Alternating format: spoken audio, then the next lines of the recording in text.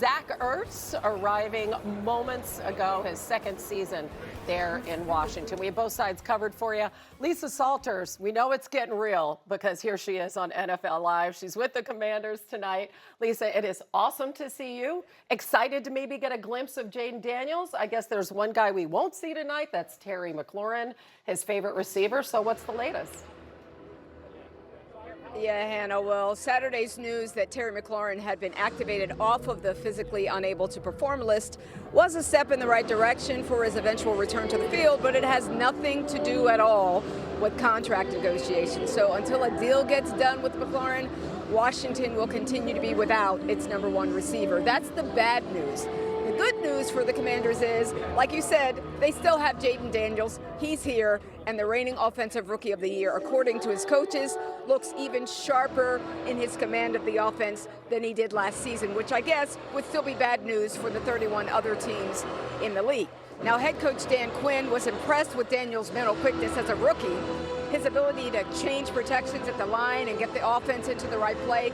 Now in year two of Cliff Kingsbury's scheme, Quinn said his star QB's decision-making has gotten even quicker, even sharper. Daniels was also intentional about getting bigger and stronger in the offseason, reportedly putting on about 7 pounds of muscle to help him better withstand the hits he may take as a dual-threat quarterback. And Hannah, as far as how much we will see of Jaden Daniels tonight after sitting out the preseason opener against New England, Daniels will likely play 2 or 3 series in this one. Lisa, by the way, you're in mid-season form, powering over the music there at the stadium. So well done, and we will look forward to seeing you tonight. Nothing phases Lisa Salters. Or Jane Daniels, apparently. He thrived when throwing to Terry McLaurin last season, threw 12 touchdowns to Scary Terry, the most by a rookie quarterback to a single receiver in the history of the NFL. Daniels averaged over 9 yards per attempt, had a total QBR over 90, and as for the rest of the fellas, well, he threw 7 touchdowns combined to all other Washington wide receivers. His QBR took a big hit. Obviously, they brought Deebo Samuel in there as well. Marcus, I don't know. I was at Commanders camp. The vibes were so good, and then there's this outlier there, and it's a big one, and that's no Terry McLaurin. How concerned are you about this? I'm concerned because it's stupid. Yeah, that's why I'm concerned. Simply put, Is that your professional opinion? Opinion, bro. I can't imagine that we've sat on TV and talked for years about what do you do when you in a window with a really good quarterback that you don't have to pay yet, right? You support him. The support staff. We've seen teams do this and have a tremendous amount of success with young quarterbacks.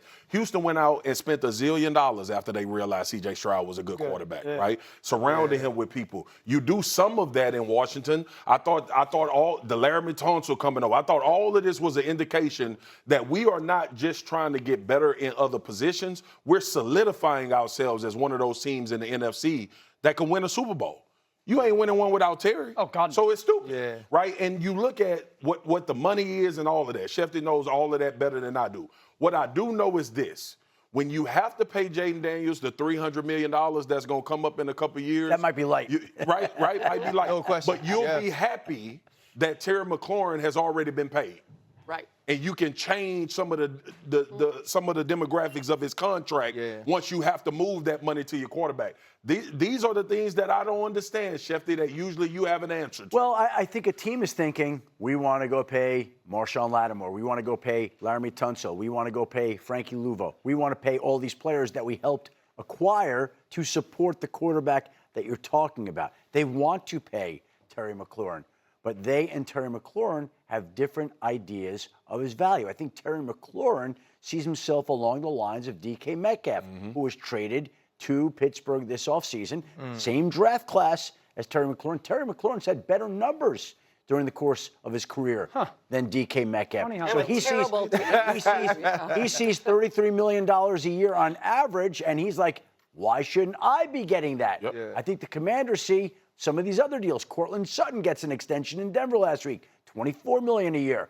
Mike Evans, $24 million a year. So is it 24? Is it north of 33? Where does this number come in? There's no doubt that Terry McLaurin is incredibly productive, incredibly respected, incredibly popular. But the Commanders are trying to figure out where can we get a deal done, and the two sides have not been able to figure out a common ground. Yeah, I think the Washington Commanders were a scary movie for a lot of defenses, last year.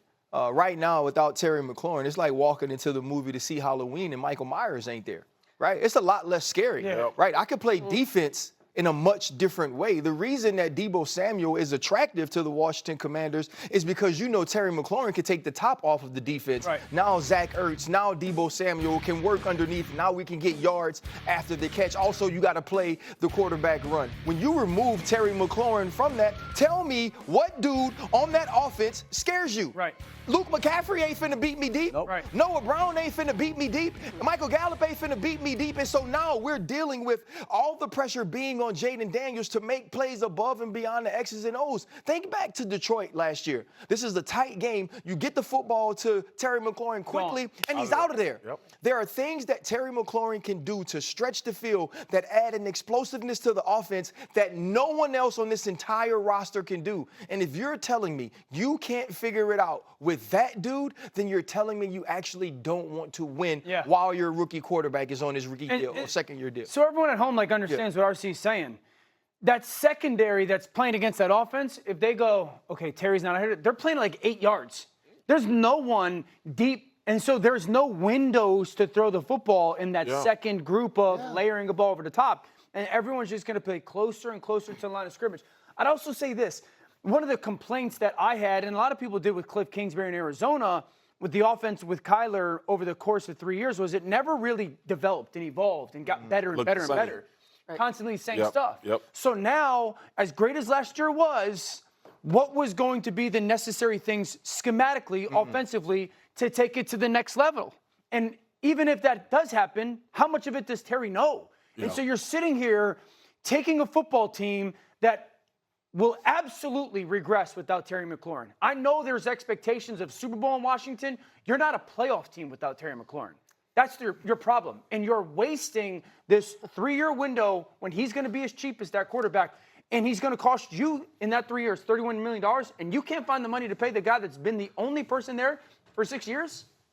I know it's hard, but it ain't this hard. Yeah, it ain't that hard. Yeah, who was leading the cheers of Terry when we were at Commanders camp? That was Jaden Daniels. Jaden Daniels. And that's the thing, though. If your quarterback he understands business, and he knows that the best business for this team is for 17 to be on the grass, you have to try to figure out a way to work things out for him individually. Real quick, I know last year they were remarkable on fourth down and remarkable in the fourth quarter when trailing. Don't allow that to skew who you really are as a football team, because that can get you in trouble real fast. Yeah. All right, we have some top stories. We've already covered some top stories, but the Commanders aren't the only team playing tonight, obviously, without a significant contract issue.